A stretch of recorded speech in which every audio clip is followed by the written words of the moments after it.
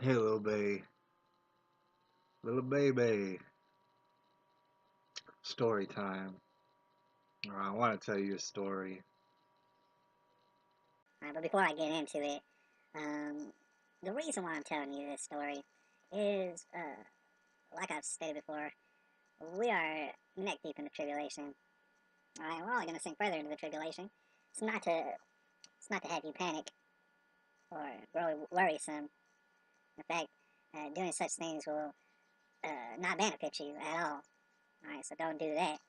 But there's certain things that you need to be aware of.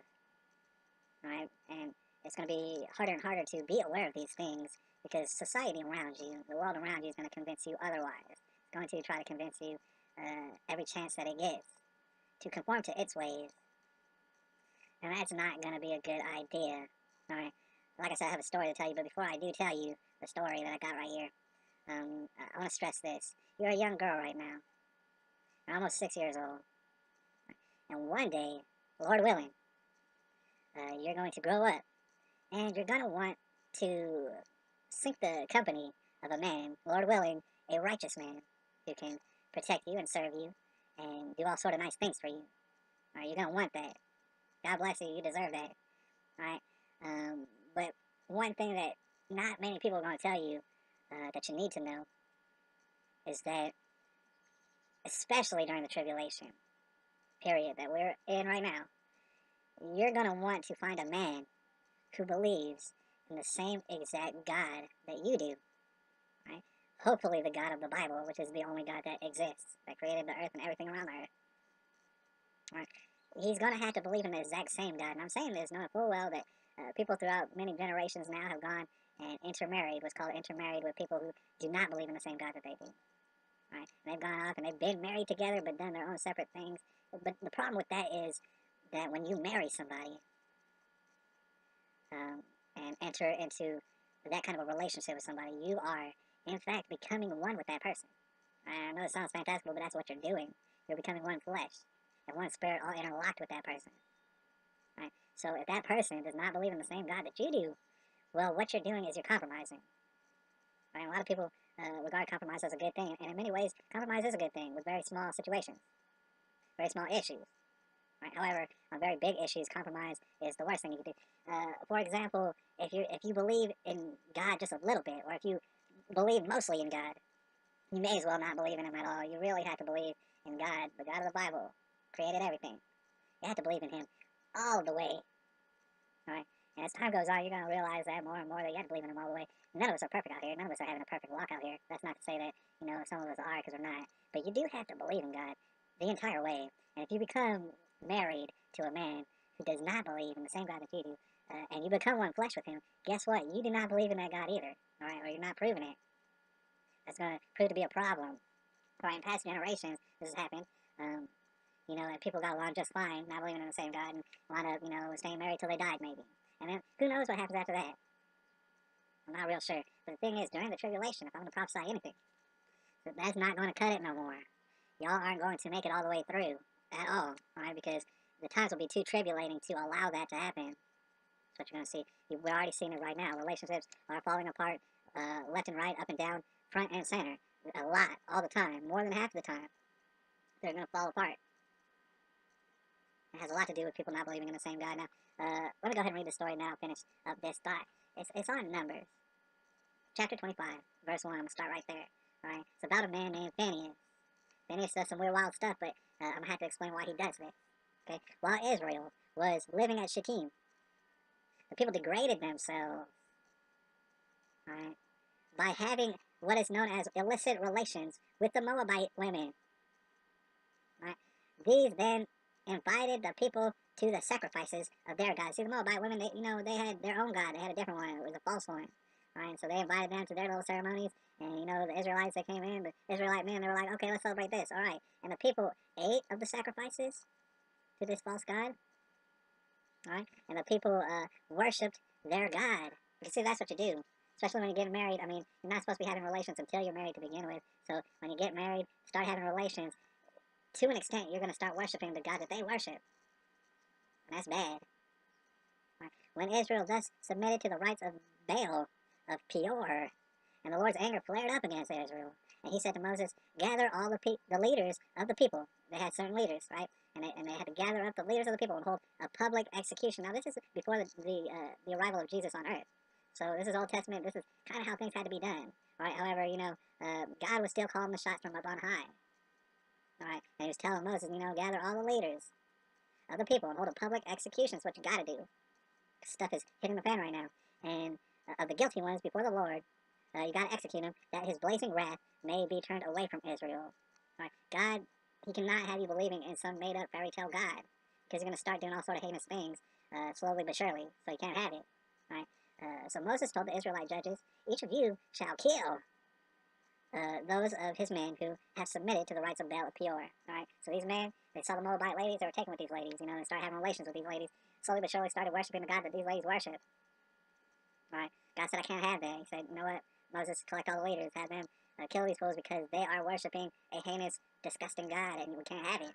Right? So, we go on. This is the zeal of Phinehas, like I said. Yet a certain Israelite came and brought into the Midianite woman, he brought in a Midianite woman. He brought her in and said to his clansmen in the view of Moses.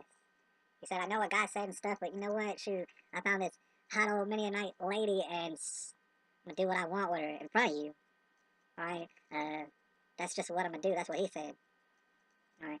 Said, while the Israelite community was weeping at the entrance of the meeting tent, they just had to execute a lot of folks, man. They were still weeping over it. It was a sad loss for them. They didn't want to do it, but they had to do it. They were weeping in front of the tent. Dude comes in, and he's holding a Midianite woman by his side, and he's just kicking. He's like, oh, man, that's not a problem. Y'all were just, talking about the Moabite women, right? I got me a Midianite woman, and we're fixing to kick it. Alright, this is when Phinehas steps in. When Phinehas, the son of Eleazar, who is actually the son of Aaron, who is the brother of Moses, who he himself was a high priest. See, Phinehas, he saw this. He saw what happened. He was like, that's the stuff I don't like because you're going down the wrong road already again, even though we had to execute all these people. He saw this. He left the assembly and taking a lance in his hand, or a spear, or whatever you want to call it, took a lance in his hand. He said, and then he followed the Israelite who had this Midianite woman. He followed that Israelite into his retreat. And when he, caught them pretty much snuggling up together, what he did, it's going to sound bad, what he did was he pierced the pair of them. He stabbed both of them at the same time with that lance. He was not playing. Right? The Israelite and the woman at the same time in one fluid motion. He said, can't have it. Thus the slaughter of the Israelites was checked, but only after 24,000 had died. Meaning they just had to execute about 24,000 people. That's terrible. Right? But in doing that, they were pretty much trying to save all the rest of the people who weren't messing up. Right? It's because Phinehas had such a zeal, and he said, you know what, gosh, we've already lost so many people. We can't have you running around messing up no more. He went ahead and stabbed them both in the tent, and that does sound bad. Right? After Jesus came through, showed everybody the way, showed them exactly how to make it to heaven, this kind of stuff is no longer necessary. All right? I would never advocate for anybody stabbing someone and their lady, through the stomach in order to stop stuff. That's not going to help you. All right? But back in the Old Testament, before Jesus had arrived, certain things had to be done. Because the chosen people had to be saved. They had to be shown the way. They had to have discipline. They had to. Without discipline, you're going to run roughshod. You're going to lose your soul. And that's not good. All right, so let me finish this up. All right. Then the Lord said to Moses, Phinehas, son of Eleazar, son of Aaron the priest, has turned my anger from the Israelites by his zeal for my honor among them. Right? He said, that is why I did not put an end to the Israelites for the offense of my honor. The Israelites offended him deeply by messing around with ladies and intermarrying. People who were believing in a false God and made up pretend God. Right? This offended God deeply, and he was like, dude, I don't know if I can handle this. I'm going to have to scorn all of y'all. Right? But instead, he was like, you know what, just put an end to all those dudes who are messing up the apple cart. Right? And we'll see what we can do from there. Phinehas stepped in. He nipped something in the butt. He saw some bad going on, nipped it in the butt, stabbed 2 people in the stomach, killed them. God, who is Jesus, like, think about it, because people like to separate the two. No, the Father is the Son. They're the same. Alright, so you may as well say Jesus was like, hey, alright, I saw when you stabbed these people through the stomachs and stuff, killed them. Alright, I appreciate that. Maybe you scared people away from intermarrying. For that, I'm going to squash the beef, and that's what he did. Right? So announce, therefore, I hereby give him my pledge of friendship, which shall be for him, and for his descendants after him, the pledge of an everlasting priesthood. He saw what Phinehas did. He said, dude, you're my friend for life, forever. because you know my heart, and also you're a high priest forever. So seeing what you did, props to that. So because he was zealous on behalf of his God, the only God, and thus made amends for the Israelites. The Israelite slain with the Midianite woman, his name was Zimri. Alright, just in case you were wondering. Son of Salu, prince of an ancestral house of the Simeonites. And the slain Midianite woman was named Cosbi, and that's funny. That's a funny thing to be named. Alright? A daughter of Zur, who was the head of the clan and ancestral house in Midian. And then it goes on to say, the Lord then said to Moses, treat the Midianites as enemies, because they are, and crush them. For they have been your enemies by their wily dealings with you as regards Peor and as regards their kinswoman Cosbi, the daughter of Midianite prince, who was killed at the time of the slaughter because of Peor. Right. So that was it was a brutal story, most assuredly. A lot of people aren't going to like to hear it, but basically here's the point of the story. The point of the story is that when you intermarry, it's not a good idea because, like I said, you become one flesh, and you're compromising your beliefs. And God does not like that at all. He does not want you to compromise that. He wants you to believe in Him all the way, not 75%, not 80%, not even 98%. All the way. Trust in the Lord all the way because He's the only way. Alright? That's what I'm trying to tell you. And as a woman, with a man who's your husband, you have to make sure that you believe in God all the way. Now, let me just go ahead and give you a quick tip, and we'll talk about this later, is you are going to have to serve your man. You have to submit to him. Alright? You're the apple of my eye, trust me. You're a shining beacon of hope for me, and I love you. But I'm here to tell you this. When you marry a man, and you should only have relations with that man after you've been married, you have to absolutely make sure that you worship the exact same God as that man. Lord willing, it'll be the Lord of the Bible, the only one that exists. And y'all both have to be 100% about that. Right? And when I say intermarrying and stuff, people might think, oh man, you don't want your daughter, you know what I'm saying, to be with a black fella or this and that fella. And thing is, I don't even subscribe to people being black or white. All right, we'll get into that in a different video. People are Hamites, people are Japheths, people are Shemites. All right, there are no other races. All right, so when you say black, white, Hispanic and stuff, you're actually just bullshitting. No, I really don't care about that at all. But what I'm saying is, by intermarrying, you're marrying someone who does not believe in the exact same God as you. And that stuff used to fly for generations upon generations before this, but guess what? We're in the time of the tribulation. That you might have a good time for a while, but you're not going to make it. Y'all are not going to make it till the very end, and that's what you want to make it till.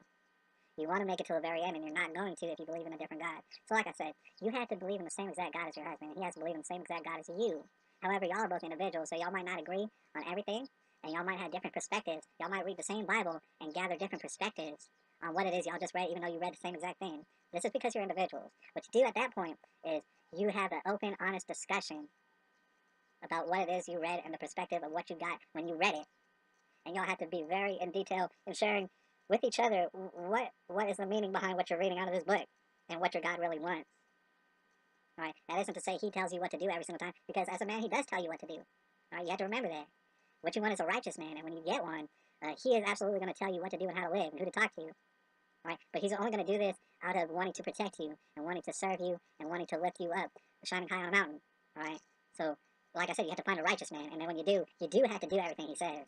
Right? Because he's going to tell you what to do only for your own good. But at the same time, if he's wrong about something, or if he's misunderstanding something that he's read out of his Bible, your job as a woman, as his wife, as the other half of his flesh, is to correct him. Is to say, listen, you got this wrong, and I'm going to show you how you got this wrong, and I'm going to prove it to you. And after I prove it to you, because you're a righteous man, you're going to understand what it is I'm saying to you, and you're going to change your ways. And we're both going to get along very, very well throughout this tribulation. We're both going to stay married and be as one flesh, happy and joyous, and harmonious, even throughout these tribulating, even throughout the tribulating times. All right, you're going to live in happiness, happily forever after, like how the books say. All right, anyway, this is a long talk. I hope you, understand what it is I'm saying. I know sometimes I ramble on. Right, but this is very important. If you want to dodge heartache, if you don't want to learn the hard way, if you want to have success in your life, you need to follow a successful formula. As far as marriage goes, as far as your other half goes, there's only one out there for you. Right? And I know you'll find him if you just had discernment.